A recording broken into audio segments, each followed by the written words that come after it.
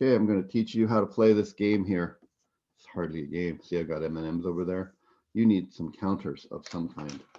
Um, some people, when they're learning the anatomy of chords, like um, we know that major triads have major thirds and minor thirds and things like that, and that C, F, and G are the chords that are naturally occurring majors. Um, that can be really hard to learn as a list.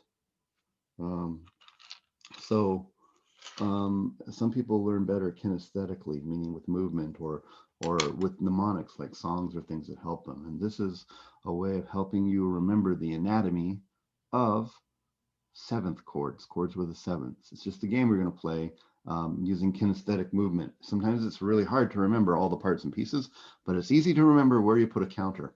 So here's how this game works. And I'm going to go through each one of these games, and then it's up to you to play this many, many, many times.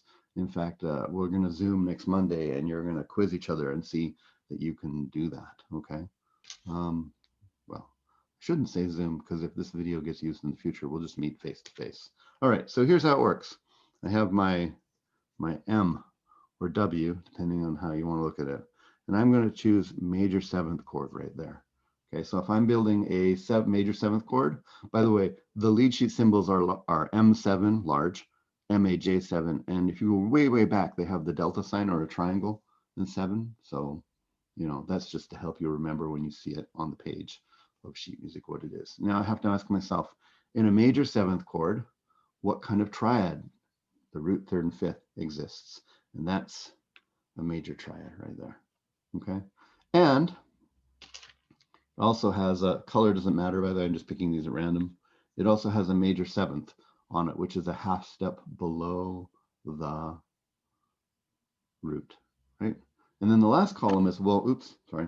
Which one of these makes like major seventh chords? Which ones have major triads and half step below the roots? And the answers are the C chord right there and the F chord right there. If you spell C, E, G, B, you get a major triad with root, third, fifth, and then you get C to B is a major seventh, 11 half steps up or half step down, okay?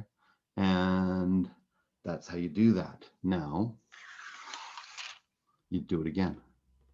Major seventh chords have a major triad and a major seventh, and the C chord and the F chord are the ones that make that naturally. And then you do it again. Major seventh chords have a major triad and a major seventh in them, and the C chord and the E chord, or sorry, F chord, are those. And you say it out loud while you do it, because saying it is another way of layering it into your brain.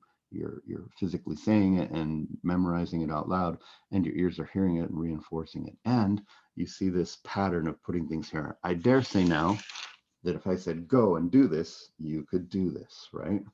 Right? Major sevenths have major triads and major sevenths, and C chord and the F chord, when you spell them without sharps and flats, makes a major seventh chord. And you'll never forget that now if you do this a bunch of times, all right? All right, now I'm not going to play this game with you a whole bunch. You get to, find a sibling. If you're a lonely child at home, you can do it on your own, or you could teach a parent and have them quiz you.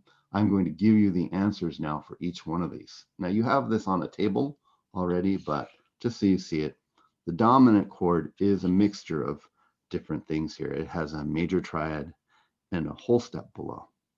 And there's only one chord that naturally occurs that has that configuration, and that's that chord right there. So pause and take a look at that. Maybe I'll do each one of these twice with you and you can do it with me, but then you can refer back. Dominant chord, right, which is just plain old 7 on the lead sheets, has a major triad and a minor seventh, a whole step down, and it's just the G chord right there. All right? All right. I'll pause while you do that on your own once again.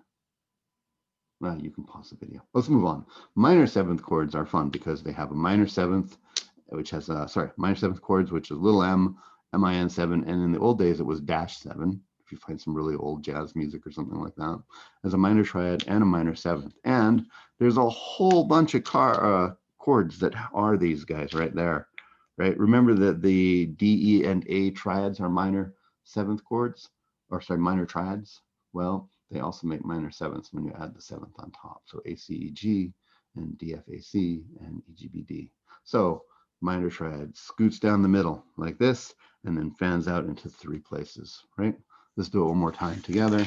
Again, play with me and do this with me, but then you're going to do this on your own a lot. Minor 7th chord has a minor triad and a minor 7th, which is a whole step below the root. If I spell A, C, E, G, or D, F, A, C, or E, G, B, D with no sharps or flats, that makes a minor 7th chord, right? All right. Half diminished 7th chords.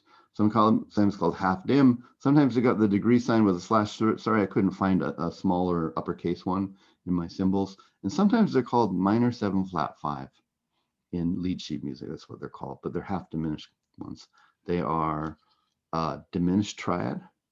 That's the diminished part. And the other half is a plain old minor 7th. Okay, so half diminished is, the first part is diminished, the next part is not. And it's the B chord right there, just like that. Okay, let's try that again. Do that with me. Keep up with me. Half diminished 7s, which look like half diminished 7 or half degree sign 7 or minor 7 flat 5 is another name for them, is a diminished triad and a minor 7th. And the B chord goes there like that. Okay, all right. Which leaves us with the diminished 7th chord. Okay, so diminished 7th chord, sometimes called dim 7. Could be a little d. I guess that's just a typo there, or autocorrect. Sometimes with the degree sign there. It's colloquially also called the fully diminished 7th because both parts are diminished. It's got the diminished triad and it's got a diminished 7th. Now here's the trick question. There are no diminished 7th chords without adding a sharp or a flat somewhere. Okay, so none of these make a diminished 7th chord, right? Closest you get is B7, which we know is half diminished, and you go B to F, but then you have to lower the A and make it A flat. So no white note chords spell that, okay?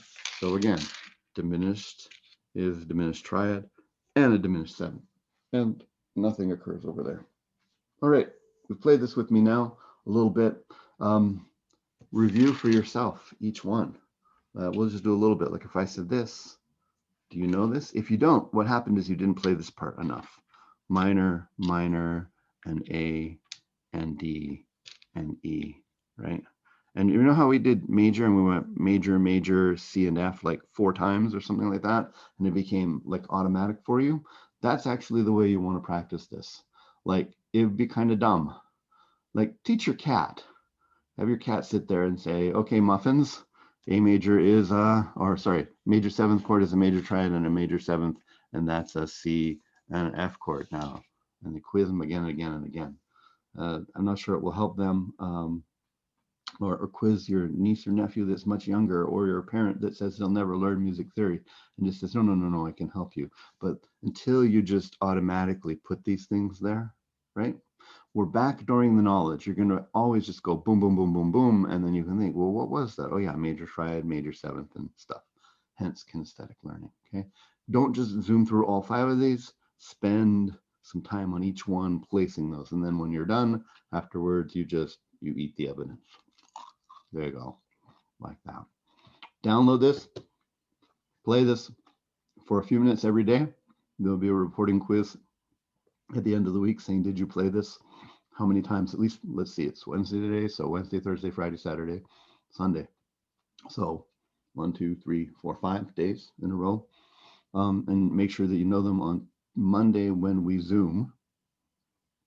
You're going to test each other. I'm going to put you in little breakout rooms and you're going to play this game for each other. Yeah, and then you're going to confirm how great you are at it. All right, there you go.